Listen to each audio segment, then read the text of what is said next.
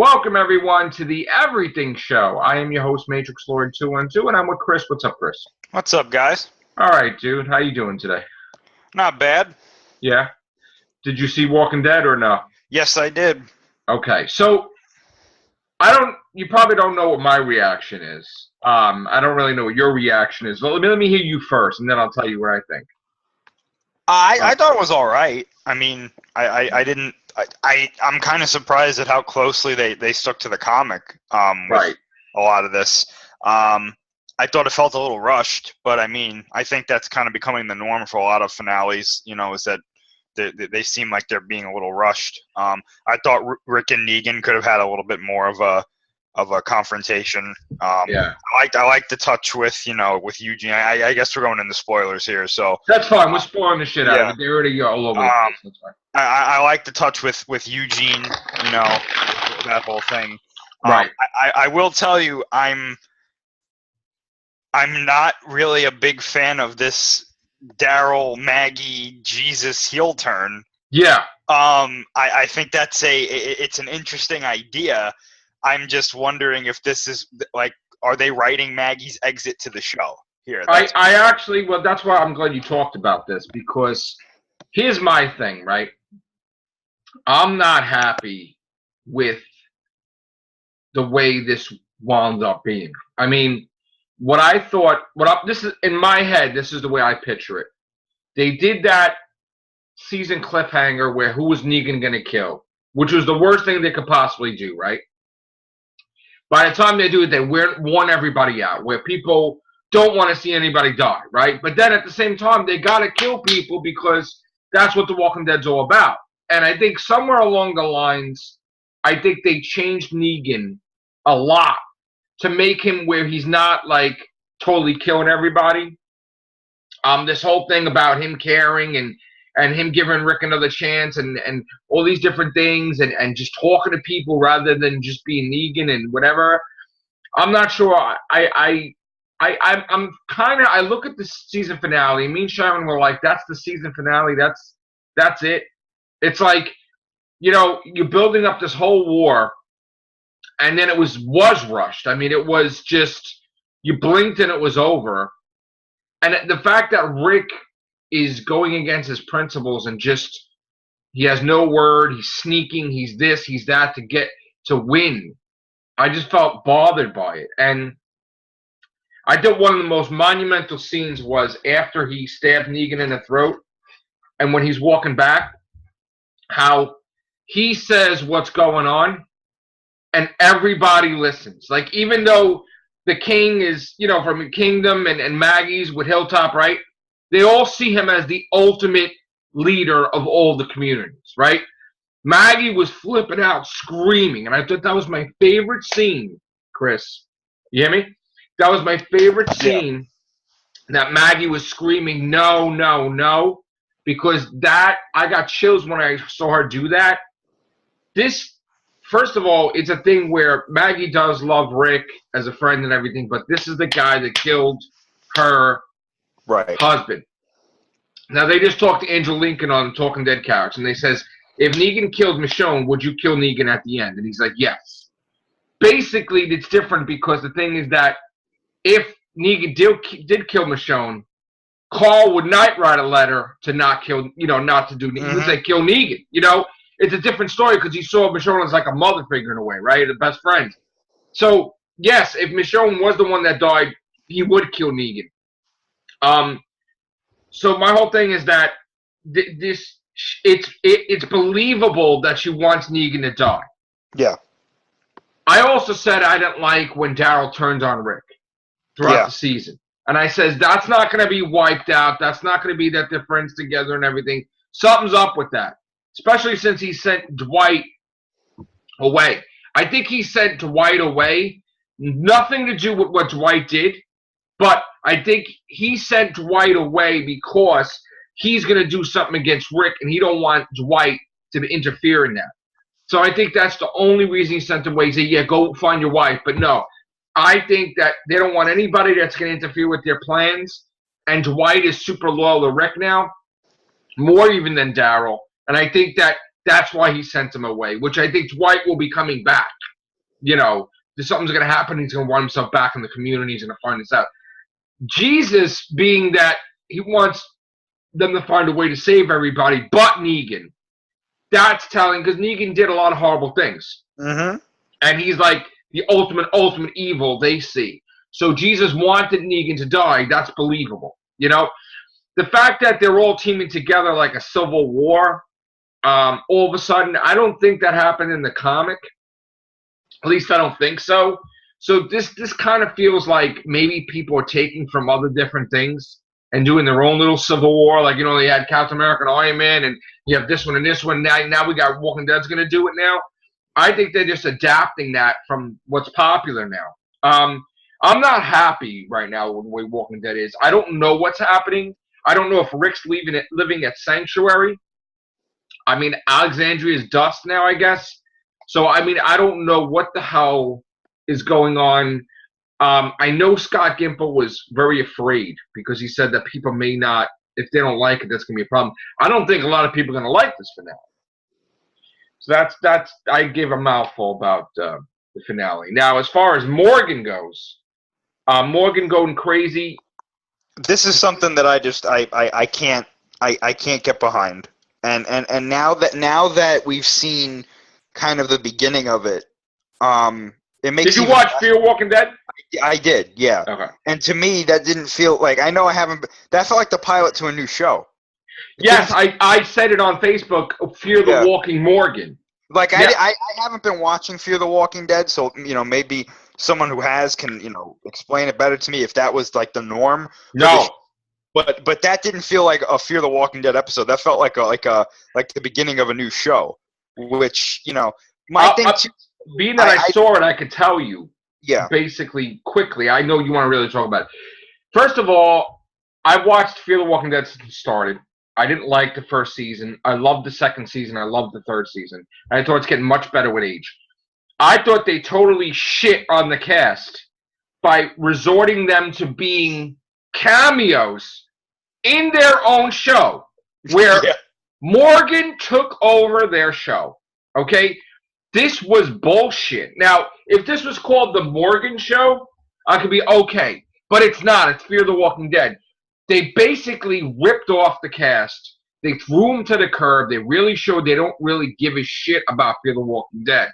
Honestly, it's just all a play. As much as they want it to be as popular as Walking Dead, they really don't give a shit about Fear the Walking Dead cast, because Morgan taking over the whole effing show pissed me off. Now, mind you, I love Morgan, but it pissed me the fuck off. Go ahead, Chris.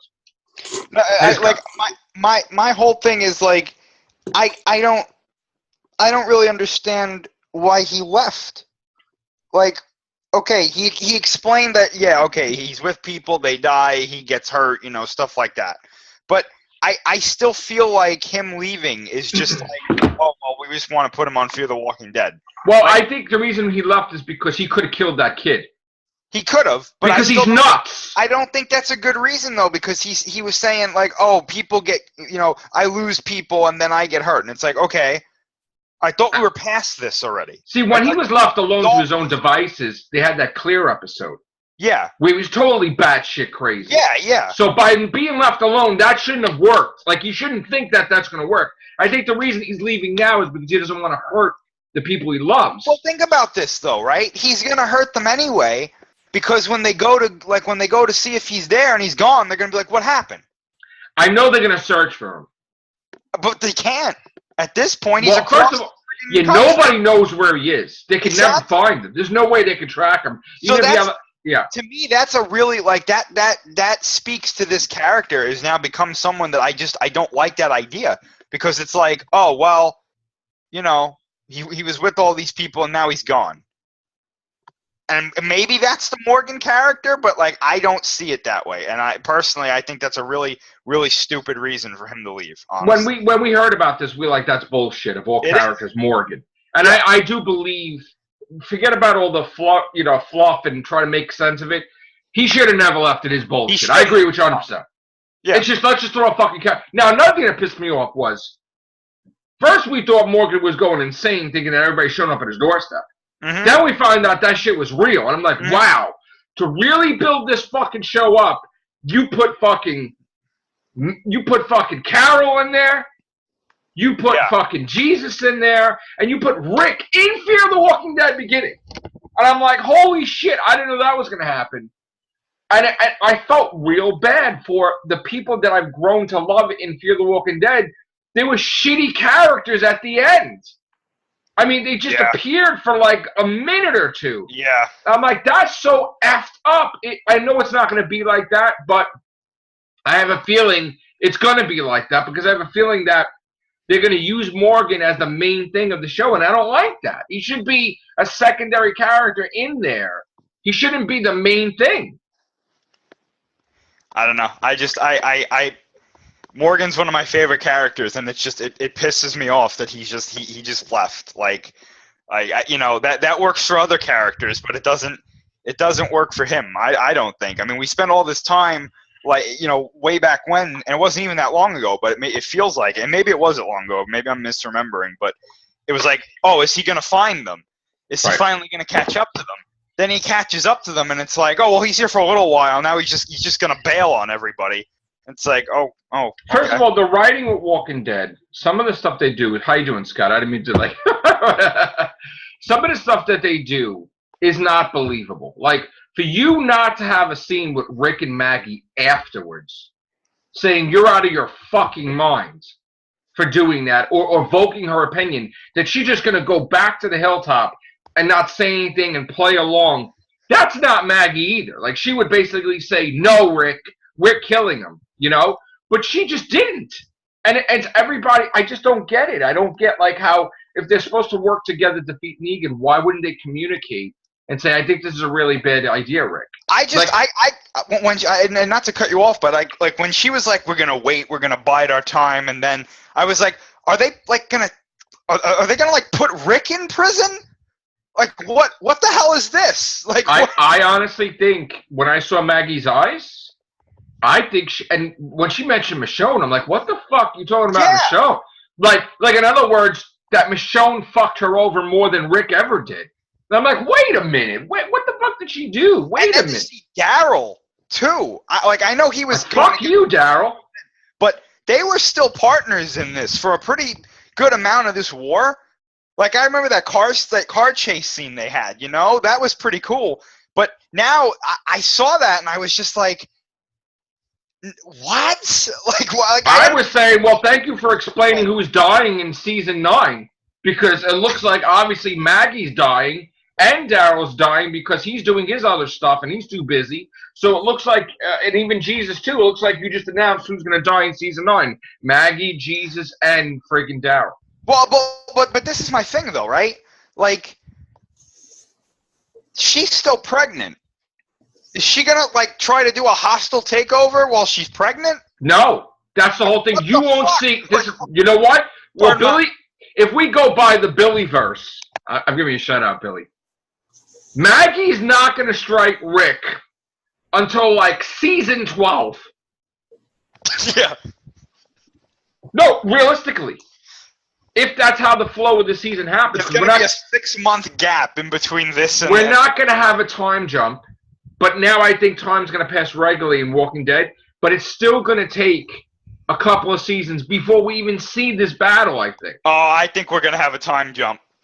I do. Yeah? I do, because I don't think they're going to spend next season rebuilding everything. I think built they're right into a story where things are being almost finished being rebuilt, and then stuff's going to start. She has a baby already. Yep. Okay. I mean, the first episode might be her giving birth. And I don't even think we'll see that. That could be the catalyst for, like, okay, now we have to act because my child's been born, or something like that. You know what? I honestly don't think we're even going to see it. I don't even think they're going to show her. Maybe not. Because who's going to be next to her that she loves? Obviously, Rick and Michonne, no, because you don't love them. Who's going to be Daryl? There's nobody to love, really, that ultimately like Glenn. So, unless they do a thing where she gives birth and she's talking to Glenn's ghost or some shit. And you know that this is all leading up to Morgan Negan escaping.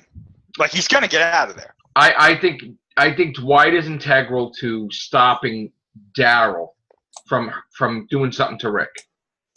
I think that he's integral, and I think that that's why Daryl sent him away. Scott, I'm sorry. Like, you're just listening to us. Did you see know. Walking Dead? No, because Okay.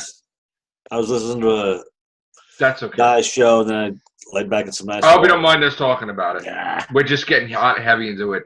I never noticed. Finally, I know, right?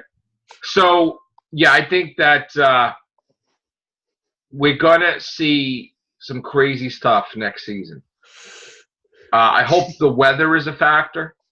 I hope that they show the weather being a factor when they're trying to rebuild, maybe a winter storm or something, like how they deal with it. I really am hoping that they would do like an episode or two or a couple with different weather patterns, but we're probably not going to see that until the ratings drop to like so embarrassing levels that they need to do something. Hurricane Maggie with, Tropical Storm Daryl on the way. Yeah. Yeah, there's no way anybody could track Morgan. He's in Texas. They're in Virginia. It's not happening, period. There's no way anybody could find him. There's no trace. Even if it was the greatest tracker in the world, nobody can find Morgan right now. Nobody. Watch there be a plot point next season with, like, Daryl tracking him to get him, like, to recruit him. But you know what, too? He wouldn't leave a trace because he wouldn't want anybody to find. Yeah, You notice how he's quiet about the Alexandria, really? He don't want nobody to go down there and kill his friends, so he's not really telling them too much. Yeah, I as much as I love Morgan, I was not happy that he took over the other show because that's what it looked like to me. So yeah, that's Walking Dead. I'm still kind of like, are they gonna try to oust Rick here? Like what? Yeah. Yes. It's crazy. Like what? I honestly think they're gonna try to kill Rick. I don't think they're going to try to kill him. I think they're just going to try to take over his spot. No, you know what I think they're going to do? I think they're just – you know what I think she wants to do? I think what I think is going to happen is they really want to kill Negan. They don't care about taking over Rick's thing, but I think they just want to kill Negan. So even if they just do something to get Rick out of there and kill Negan, I think that's what they want to do. Ultimately, I don't think Maggie's looking to take over. I don't think so either, but unfortunately, I think that's the way this is going to go. Because it's going to go that way because Rick's going to be like, I'm the leader, and she's like, no, exactly. I'm a leader of Hilltop, so I never appointed you as the leader of all of us. And they're like, well, yeah, you did. So it's going to be a thing. That may be an issue. And it's going to end with Daryl's going to die somehow, and Maggie and we don't even know. She's not even signed technically. They're supposed to fly out, in a week or a couple of days, they said, right? Well, that's what I was thinking, too. It would be a real shame if they did this and then she doesn't resign. She's doing another show. I know. So you might have to be quiet for a while with Maggie and stuff and just not even have anything next season. Technically, you could do something where she's not even in the season at all. Because, look, you know what I'm saying? You're muted for some reason, Scott. I don't know why. All right, again. What, Scott? Nothing. Oh, I thought you were talking to us. Oh, okay. No, I was talking to. Oh, okay, go ahead. You go back to it. I'm sorry. I feel like Scott's a spectator. He's not answering it. All right, so let's change the subject. Right, Chris? Sure, yeah. All right, so let's talk Star Wars. Right, okay. So there was this rumor that came out. Again, I don't know where these rumors are coming from, but, whatever. They're saying that, there's a possibility that Yoda is going to be in Episode 9 and he's potentially going to have a scene with Rey. Again, this is a spoiler. Not a spoiler, excuse me. This is a rumor. So, again, it's too early to start saying stuff like this. We're a year and a half, away from the movie. I mean, is it possible that Yoda's in it? Yes. Is it possible that he has a scene with Rey? Sure. As of right now, I'm not going to speculate on that because I don't even know what direction the story is going in right now. All I want to say to add to that is that Kathleen Kennedy had basically said when they got the purchase that she wants to bring Yoda back. She wants to do this. She wants to do this. She loves Yoda. Yoda's a favorite character, right? Mm-hmm. So I guess with her influence, instead of seeing Ben Kenobi with Luke, we saw Yoda, which it would have been better if you saw Ben Kenobi. But anyway, don't get me started there. I have a feeling. I don't necessarily agree with that, but really, okay, that's different. Yeah, I have a feeling that if Yoda does appear, it's because Kathleen Kennedy, 95%. Yeah, probably. Yeah. And here's the kicker: if Yoda's in here and Luke is not, then I firmly believe that they were mad at Mark Hamill and didn't want him to talk too much and felt that he caused a lot of problems. I'll believe that in my head. Yeah, I'll believe that in my head. I would say something is up if that was true. At all. I'm saying if we don't see Luke at all. Yeah. I'm going to be 100% convinced that they didn't like him talking, and that's why they killed him off. I'm pretty sure. I mean, this is what I'm really. Well, I don't think that's why they killed him off, but I think that might be why they didn't bring him back. Yeah, I have it in my gut, honestly. I have to say though, and I'm going to say it now. Like I know I said I don't want to speculate or anything with Episode 9, but because I firmly believe that Luke is going to be in this movie. But if he's not, that's when I'll say, okay, something's going on behind the scenes. You jumped the shark. Mm-hmm. Yeah. Or you did some shit. Because that's not normal. That wouldn't be normal to me. Right. If he doesn't show up in Episode 9, then something's going on behind the scenes. What do you feel, Scott? Yeah. I think because he said a few things and Kennedy. He said a lot of things. He did so much shit. I know. I'm just easing it somewhat. Yeah, I agree. The fact that he said a few things and Kennedy and Disney thought, Mr. Hamill, zip it. So they're going to go, since you don't want to do this, you're out of the next movie. He said so much shit that you had a year worth of material that you could still use for the net till 2019. I mean, everybody's doing it. They'll take something that he said, let's do a story on it like it's brand new. Yeah. Every week, there's a story about Mark Hamill. Something you didn't know about, he said. Well, a lot of these sites, like I said, a lot of these sites didn't like The Last Jedi. So they're trying to find something that they could say, look, he said this, that means the movie sucks. And it's like, you can't do that. Because it didn't look good for him when he looked like someone actually died after the premiere. Like, he's watching, he's like, eyes are glassing, like he was almost crying, staring in shock. Like, you killed me off. I mean, it looked like he didn't know he was dying, though. It did. I mean, you saw him. He did know. I know, but he looked like so effed up. I mean, it was like, my God. I know. Yeah, because if you look hard enough, you can find anything, so. And then we want to talk about Avengers Infinity War.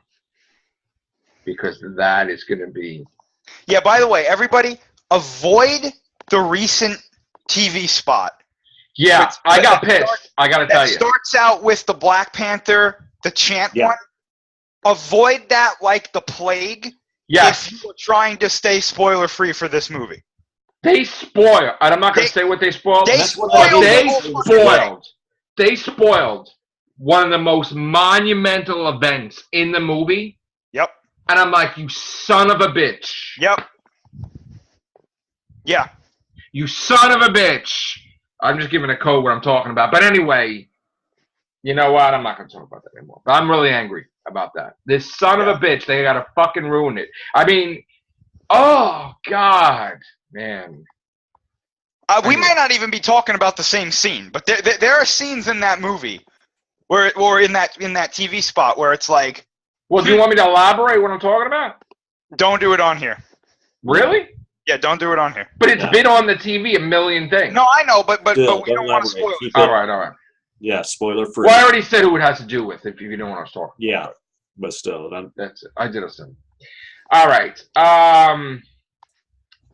So we talked about Walking Dead. We talked about Fear the Walking Morgan. I do have something else we can talk about. Please. Now, I do want to say up front that I'm not 100% following this story too much, but I did watch a couple other videos about it. Or at least one video, if I remember correctly. And again, it was from a source that we've heard from a couple of times, and he's usually pretty accurate. Oh, but before you say it, am I going to be happy or I'm going to be mad or I have nothing to do with anything? I don't think you're going to be happy, no. I'm going to be upset. Probably. So, I'm hearing about this new Predator movie. Oh, shit. Apparently, and again, take this with a grain of salt right now, but apparently, at some point in all of this, the third act was completely rewritten. We talked about we talked about that already. Okay, go ahead. No, that's it. That's Yeah, it's called. I just watched a whole bunch of people talking about my movie, and now that I'm looking at it, it sucks. So I need to change the entire ending of the third act. Is the end of the movie, right? Yes. Yeah. So yeah, he probably saw so many people making fun of what may happen, and then he's probably like, "Yeah, a kid does defeat the predator." Well, it's like kumbaya. Here's the thing about that, and there you go. Yeah. Here's the thing about that. I don't think it was Shane Black that did this. Did what? That rewrote the last part of the movie. Wait a minute. I think he was forced into it by the studio because a lot of people have pointed out, you notice he hasn't said anything about this movie recently, and he was completely vocal about this movie before the test screenings, but then shortly after that, gone. Yes. He screwed up. He screwed up. Either he did or the studio didn't like what they saw. Well, I don't think anybody liked what we heard may happen. So, I mean, honestly, I think that the studio watch stuff like that because that's like their own test screening. These YouTube videos and stuff. Because of the test screening. Apparently, because of the test screening is where a lot of these changes came from. And nobody liked it. Apparently not.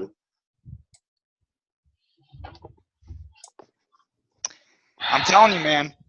I don't think this. We did, because we did a thing. It's like, reshoots means this, and this, but yet reshoots is a rewrite. Editing itself is they really take a big chunk and changed everything. Yeah, Chris. Back in the day, a reshoot right? Was they added a scene or whatever that wouldn't really affect the plot. Nowadays, they change the entire movie to add a character or whatever. You're rewriting the script. Not necessarily, because sometimes reshoots are for small things or to change. It's not very common. But this reshoot is like a re-edit. This one is, yes, apparently. But that doesn't mean that every reshoot every movie because all movies go through reshoots. It's just how extensive are they? But this is very extensive. This, for a whole act to be changed, I would say so. If this is true, I would say so. Just like the whole beginning of Ant-Man versus Ant-Man and the Wasp was changed. The whole beginning. Because they said it sucked. That they went to do a reshoot of it. I'm telling you right now, we could be looking at the fall of the Alien franchise and the fall of the Predator franchise in the span of 2 years. Well, no, let me add one to you. Okay? Okay, how old is James Cameron now? I don't even know. I don't even want to speculate. Okay. And I'm really not trying to do like the age thing, right? But Gabriel Luna as like the Terminator? Like, really? You know who Gabriel Luna is? He's the Ghost Rider. 63. Okay, but that's it. How could you have a huge franchise like Terminator, right? Why don't you get a huge actor? I don't understand why. Whenever you got a shitty person, like you got the girl in Terminator 3, and it was like, what the F? Salvation, this, that. Why can't we get a major actor to play the Terminator? What's the problem?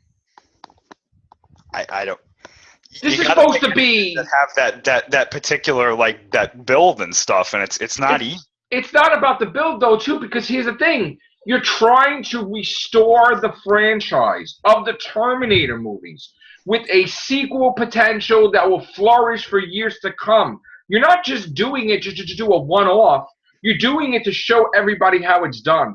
This particular thing, like James Cameron even said, with the whole thing with the Wonder Woman thing, he's like, oh, I want to get Linda Hamilton back, and well, let's show them how it's done, like a female hero, all this shit, right? All this bullshit, it's selfish purposes why he's doing a Terminator, but anyway, like, now why are you casting Gabriel Luna as the Terminator? Well, I want to say something with that, right? It's like we don't want to judge Gabriel Luna yet because we don't know how. I mean, he could turn out to be really good. Maybe. I mean, but my thing is this: we all have to remember, James Cameron is not making this movie. He's a producer, but he's not directing this movie. Tim Miller is directing this movie. Wow. So it's what he wants. So if James Cameron is like, I trust this guy, then there it go. There you go. There's your answer.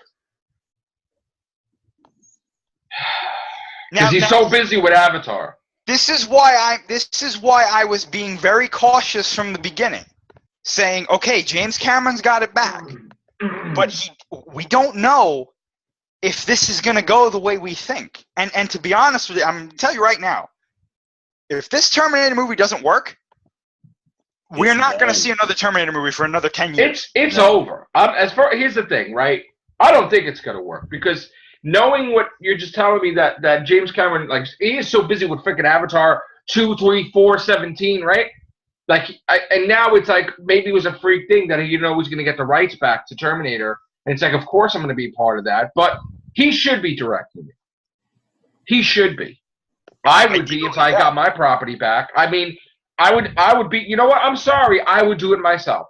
I'm sorry. The hell with Avatar 4 or whatever you're up to now filming. The hell with it.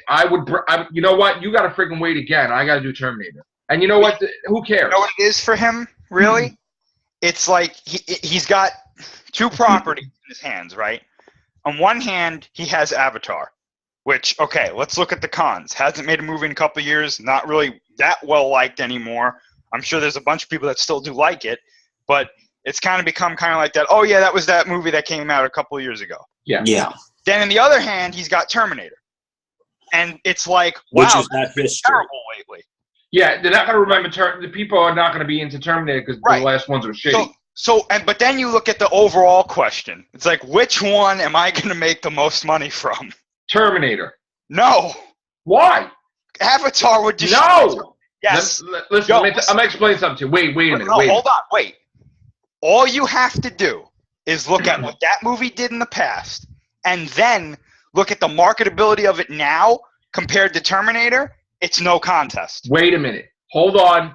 We disagree this time. Listen to this. He was the only one that was able to really get the 3D thing successful, right? Yes. And now the trending thing is they're not doing 3D. They're going away from 3D. Sure. Where they're not going to be movies with 3D. So the reason why Avatar did $2.7 billion is because the ticket prices were like, instead of it being $10 a ticket, it was like $22 a ticket. Okay, so that was a factor of it, yeah. So you subtract that, and it wouldn't have been $2.7 billion. It would have been $1.8 billion or something. So sure. The whole point is that one, it's too long since Avatar came out.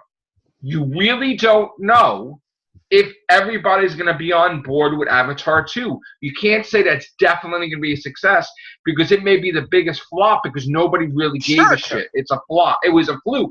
Now, it could, on the same hand, if you're banking on, well, you know what, he made money with Avatar 1, everything is pointing to Avatar 2 is going to do phenomenal for us. Okay, that's fine. It looks good on paper. I don't think it's going to happen because I think he waited too long to do an Avatar 2. That's what I feel, and I think Terminator has a better shot of making more money than Avatar. But that's not what we're talking about, though. What we're talking theme parks too, with Avatar and shit coming out. Exactly. But what we're talking about is why isn't he directing the Terminator movie? And that's your answer. Because Avatar has the potential to make more money and to be more marketable. Correct. Whereas Terminator since 2003 has been terrible. And he could change that. Yeah, that's the sad thing. Good, but he's not going to because he's not doing his history. It's been terrible. Yes, Avatar is a fluke winner, but sadly, Chris is right. Why is it? Let me ask you a question, right? He owns it now, right? Terminator. Again. Yeah, I think so, yeah. So he's letting the company help him with it, right, or whatever, right? Yeah, I'm not sure how that whole thing goes. Why don't he just wait until he's done with an Avatar movie and then do it himself? Because he's got all these plans to do the next 5 Avatar movies. Yeah. So he's not putting as far as I can't put know, anything on hold because of also the companies. They're probably saying, okay, you can make your Avatar movie. Granted, you own Terminator, but we need another Avatar, whether it's 3, 4, 5. Oh yeah, because the movie company's like, what the F, man? But that's not how they said it happened, though. They said he wanted to make 2, 3, 4, and 5. Yeah, that was him. Granted that they do well. So as far as I know, I don't think he's putting any directorial duty for anything else in front of Avatar. Because his main thing is to get 2 to work, and then if 2 works, he wants to get 3 to work, and then so on. And that's the whole thing is that before, before he was gung-ho about 2, 3, 4, and 5, right? Right. Now he's hearing, like, backtracking with the company, like, well, maybe we're not going to give you the money for Avatar 3. So now he has to change the script to fit, I guess, or maybe he does not. I don't care. He's just going to do an open ending. I don't know. But it may not, I don't know. We have to see. I agree with you. It might not do well, but, I mean, who knows? Alien Covenant ruined it. Predator is going to be wrecked so far. And now Terminator, like, and don't get me started when Friday the 13th would have been, because that's a franchise for me. That's the Jason Voorhees, and this time your father guest stars. Please. Like, I'm glad you got to not be able to do your movie, okay? I'm tired of seeing franchises get destroyed, and I'm very worried. Look, everybody's like, yes, the Infinity War is going to do billions or whatever. I still worry, because if something goes wrong, your whole thing is fucked. Yeah. Which is unfortunate, because I think we should take these movies on their own, but eventually it's like if Infinity War doesn't do well, it's going to just judge the whole. And another thing that's going to be a paradox is, if this is a cliffhanger, right? How the fuck does Ant-Man and the Wasp factor in? Or like Captain Marvel? I mean, are you going to have to change all kinds of shit with that? Because you have to wait until Avengers comes out again next year and then go forward. Yeah, I don't really know. Like, unless. I mean, if the Earth's fucking half destroyed, how are you going to do Ant-Man and the Wasp? I mean, that's. Well, the only thing I can think of is that Ant-Man and the Wasp takes place shortly beforehand. Maybe. I don't know, because we know Captain Marvel takes place in the 90s, so that's obviously before this. Right. So. The only thing I can think of with Ant-Man and the Wasp is that, like, it literally takes place like maybe a day or hours before Infinity War. Really? That much? I don't know. That's just me speculating. I'm thinking it takes place like a month after Civil War or something. It could. It's possible. Don't ask me to do a timeline for Marvel. Well, apparently they have one, but like, I'm just like, where is it? Yeah, it's not right anyway. Because I honestly think somewhere along the line they were like, you know what? Let's not adhere to this timeline. Let's just not do a timeline because we screwed it up with Homecoming. Basically.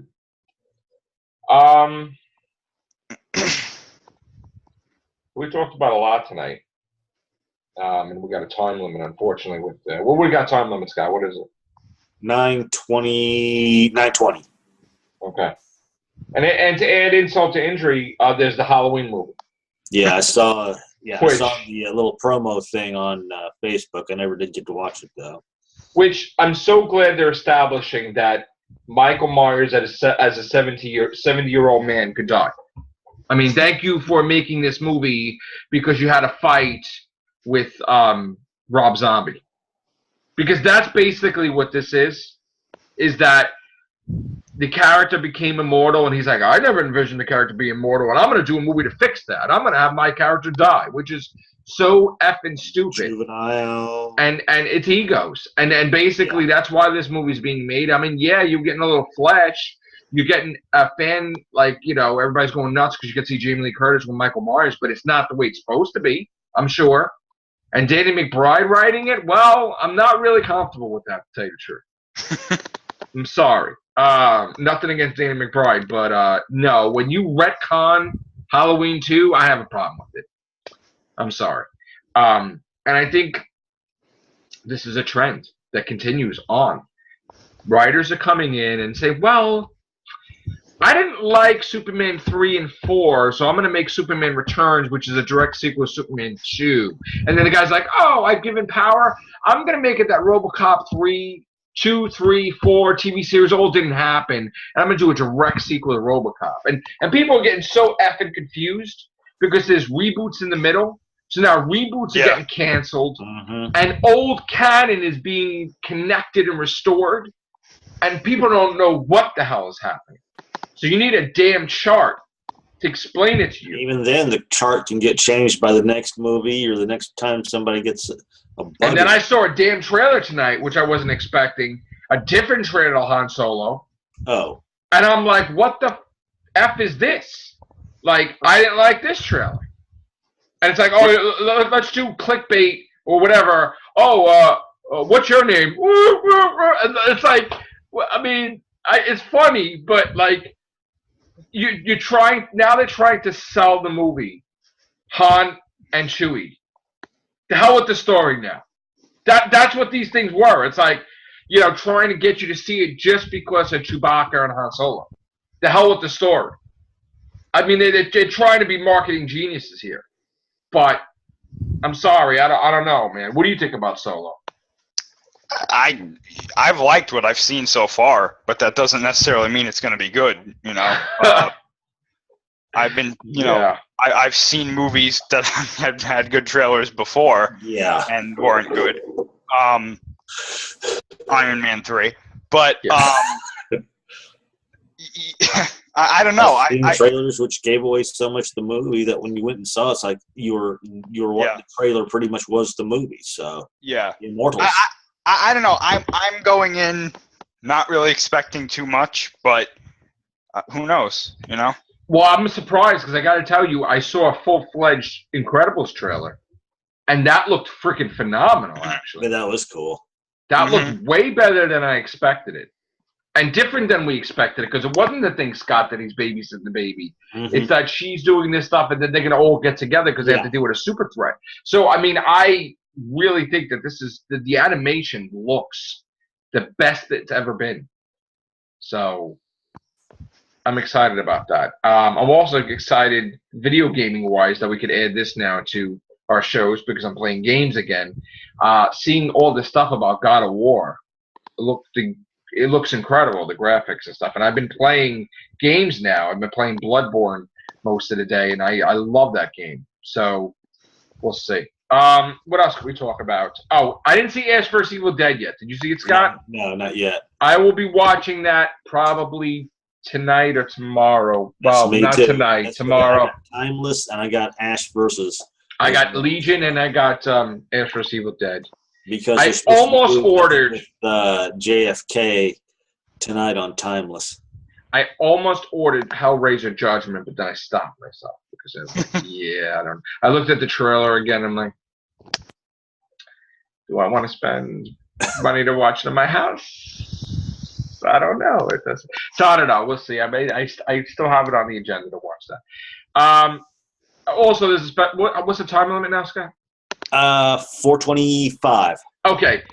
For those of you that were expecting to see the anniversary cast of the Real Beans cast, I have some bad news for you.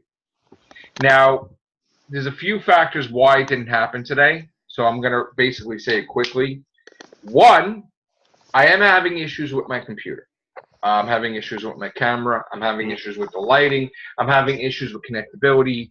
The laptop is old. I think it's a laptop coupled with my new internet provider, which I'm not really crazy about because I found out that when we put the microwave on, all the internet shuts off. So explain that one. And I found that out the other night when I'm doing a cast with Scott. Something's on the same signal. The moment something was on the microwave, everything cut off. A couple of times, by the way.